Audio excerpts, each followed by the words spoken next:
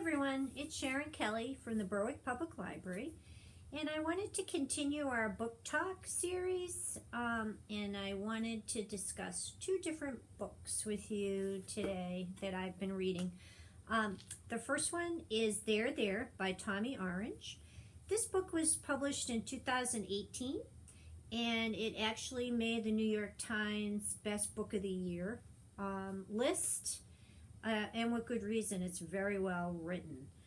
In this story, Orange follows 12 different characters or people, and they all are interwoven together.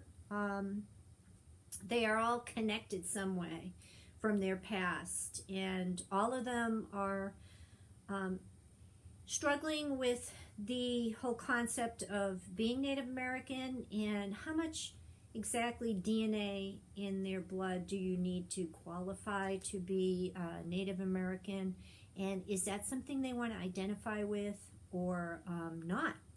So each one is unique and really have complicated lives, but they're all heading towards this big powwow in Oakland, California. It takes place in Oakland. Each of the characters we get to know and their personal lives and their background and the hardships they're dealing with. And again, he's weaving their lives together so you can make connections as you go along with the characters. The goal is getting them to this powwow. And I don't know if you've ever been to an Indian powwow or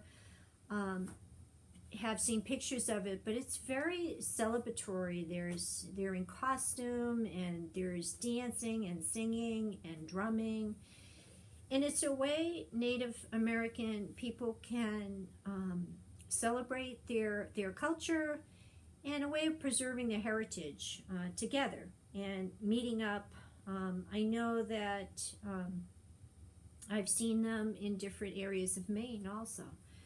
So in the story, Orange is following these different characters. One of them is Denny, and he is he loses his uncle tragically, and his uncle had set out to do a documentary film on being Native American and in interviewing different Native Americans for his film, and Denny takes over that project. And so it's set up almost as an interview process, and he's going to the powwow to set up camp there and really get to meet different people and hopefully interview a lot of them for his story. So it's seen through those eyes. It's a complicated story, and it's depressing, as so much of Native American history is in this country. I don't want to give away any spoiler alerts, but the tragedy of the Native American story is seen throughout each of these characters, and this is set in modern times, so you see what that looks like in this day and age. So it's one of those things. Do I recommend the book? Yes, I do. It's very well written. Do I recommend reading it during a pandemic? Probably not. It is a tough read. It's dark, and it talks about issues that are really tough to read about. What did I like about it? I really love learning about the individual cultural struggles and learning about what it feels like, what it must feel like to be struggling with this identity crisis in America, where we take Native Americans and really almost ignore their history. We don't want to talk about it. It's too hard. It was a bad time in history, so they've gone, been pushed aside.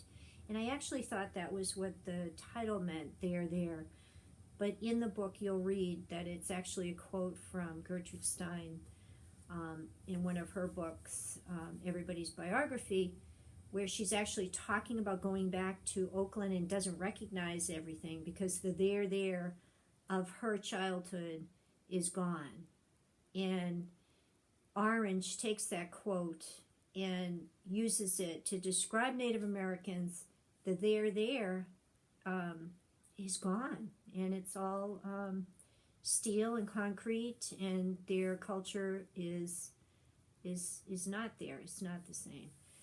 So what I didn't like is that it's very depressing. It's a hard thing to read. It's heartbreaking, but in the end, I think it's important for all of us to read it. So we have it at the library, and do check it out in better times when you're up for a really challenging read to make you think and make you feel, and I think in that case you'll enjoy it.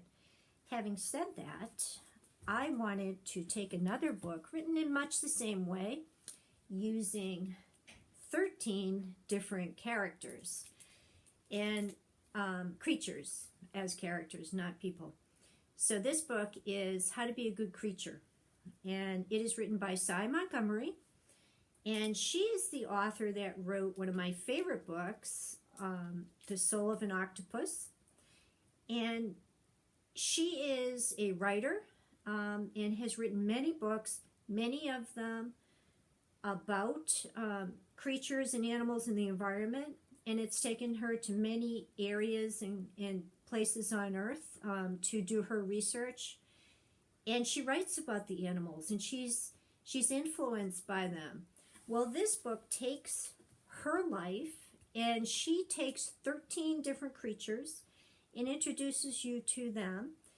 And in each creature's acquaintance with her, she's learned something. So she's showing you her progression as becoming who she is through these different creatures.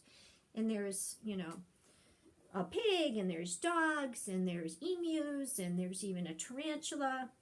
But it is so heartwarming, and it is so lovely, and it really it affirms my belief that we're all interconnected, and every little creature has, she thinks, a personality. I tend to agree with her, even the spider, even the tarantula.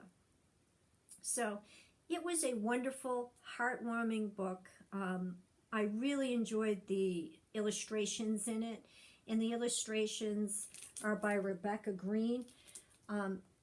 There's also pictures of Cy when she was growing up, and she just does a lovely job, and it's really introspective, and you really have to think about how we're all the same, our sameness as humans to creatures, and really has you think about the animals and the creatures we share the world with. So 2 very different books, makes you feel really different in reading each one, but I loved this book. I love her writing, and I love the story. They were both quick reads, and after doing a really difficult read, it was nice to just open up this book and see the beautiful pictures and read the really wonderful words on what it means to be a good creature or person. And we can all use that,